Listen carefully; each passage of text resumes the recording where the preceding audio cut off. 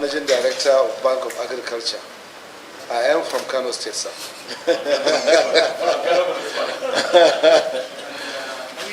I am from Kano Municipal. All right. You're welcome. Thank you, sir.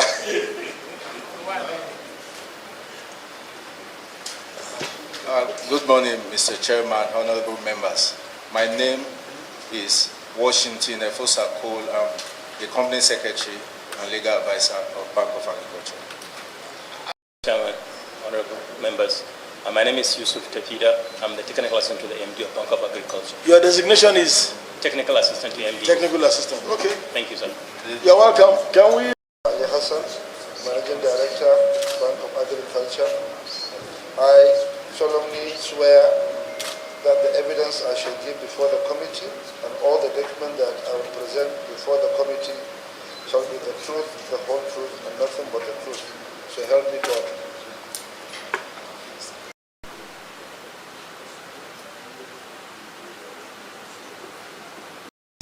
Which the Public Account Committee has been saddled with by a resolution of the House to investigate revenues that came into federal government through the Remita platform and identify possible leakages of such revenue. We've been on this investigation for several weeks, and we are in receipt of your letter dated 13th of February,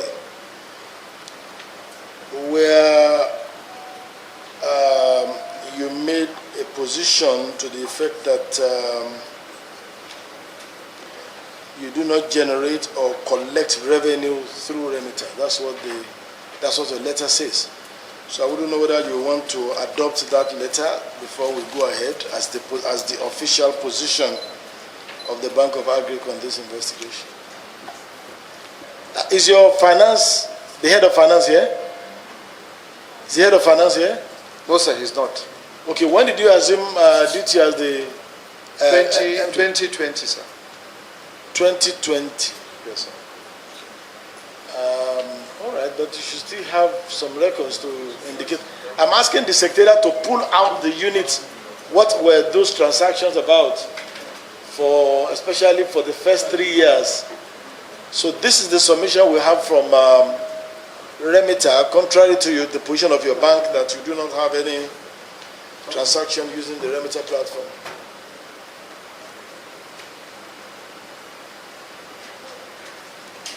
Secretariat, can you bring out just a few examples of what those payments were for in those particular years?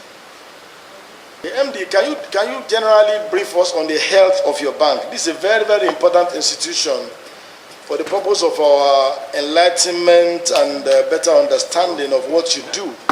How healthy will you say the Bank of Agric is, and how well has it been able to fulfill its core mandate to Nigerians? The Bank of Agriculture was set up in 1972 by the federal government with ownership by Ministry of Finance Incorporated 60% and Central Bank of Nigeria 40%. The initial call of capital was 500 million. Gradually it went up to 50 billion naira as at about 10 years ago. So far only 43 billion naira has been paid by the two shareholders, with CBN paying only 4 and the remaining 38 paid by Ministry of Finance Incorporated.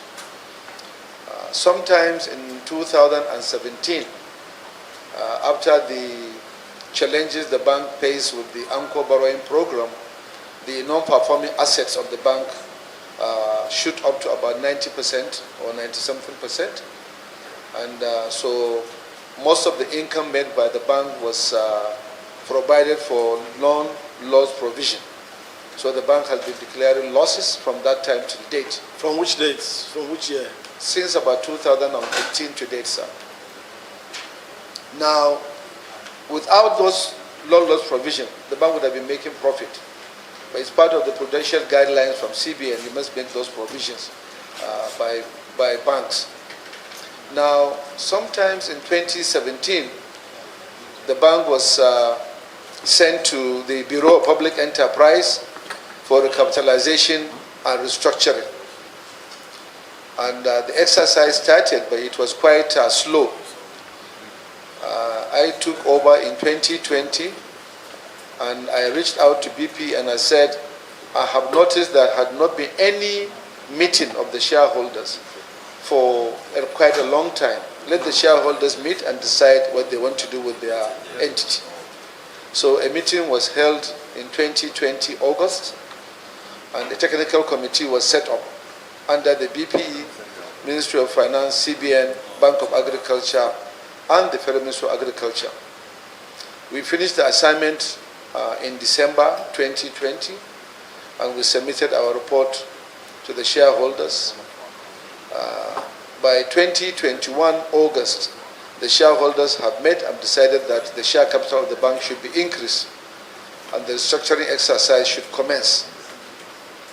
And one of the highlight of the recapitalization was that the share capital was to go to 250 billion naira for the two shareholders, and then later on, when the bank stabilizes, the bank should go for partial privatization, and 250 billion naira will be sent to the public to own it, so that at least most of these agri-commodity associations and some agri-entrepreneurs can have ownership in the bank.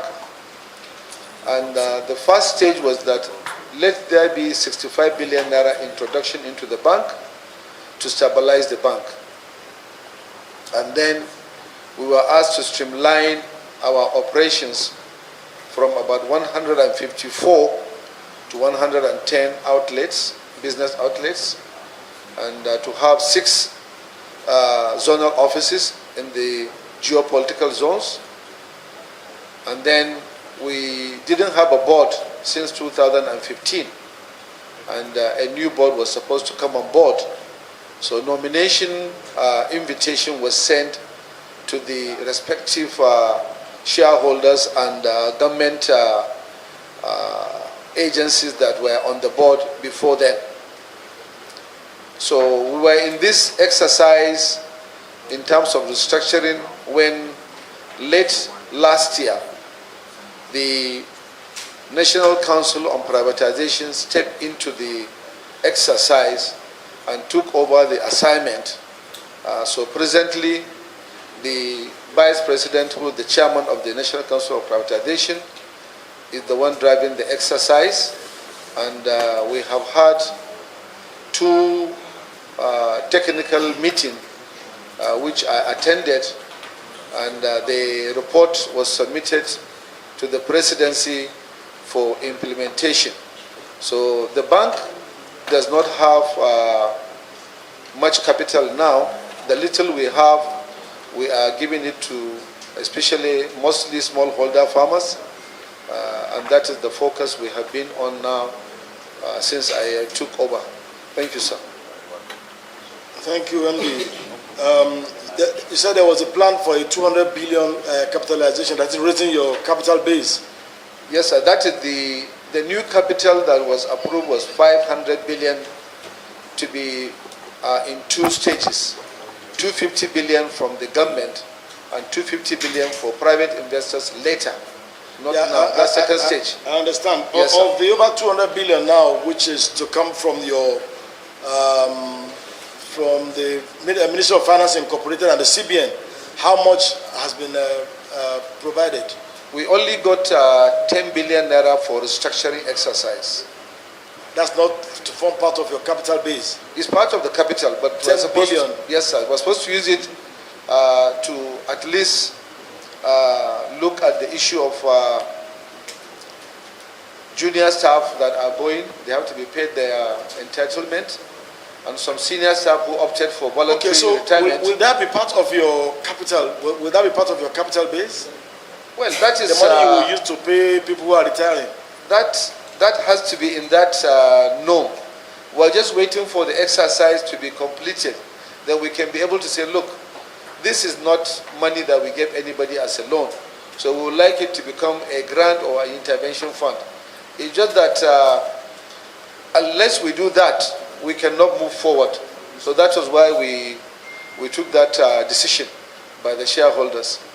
And we were also supposed to use just about 2 billion for the restructuring, and the remaining was supposed to go 3 billion for IT, and the remaining 5 billion for lending.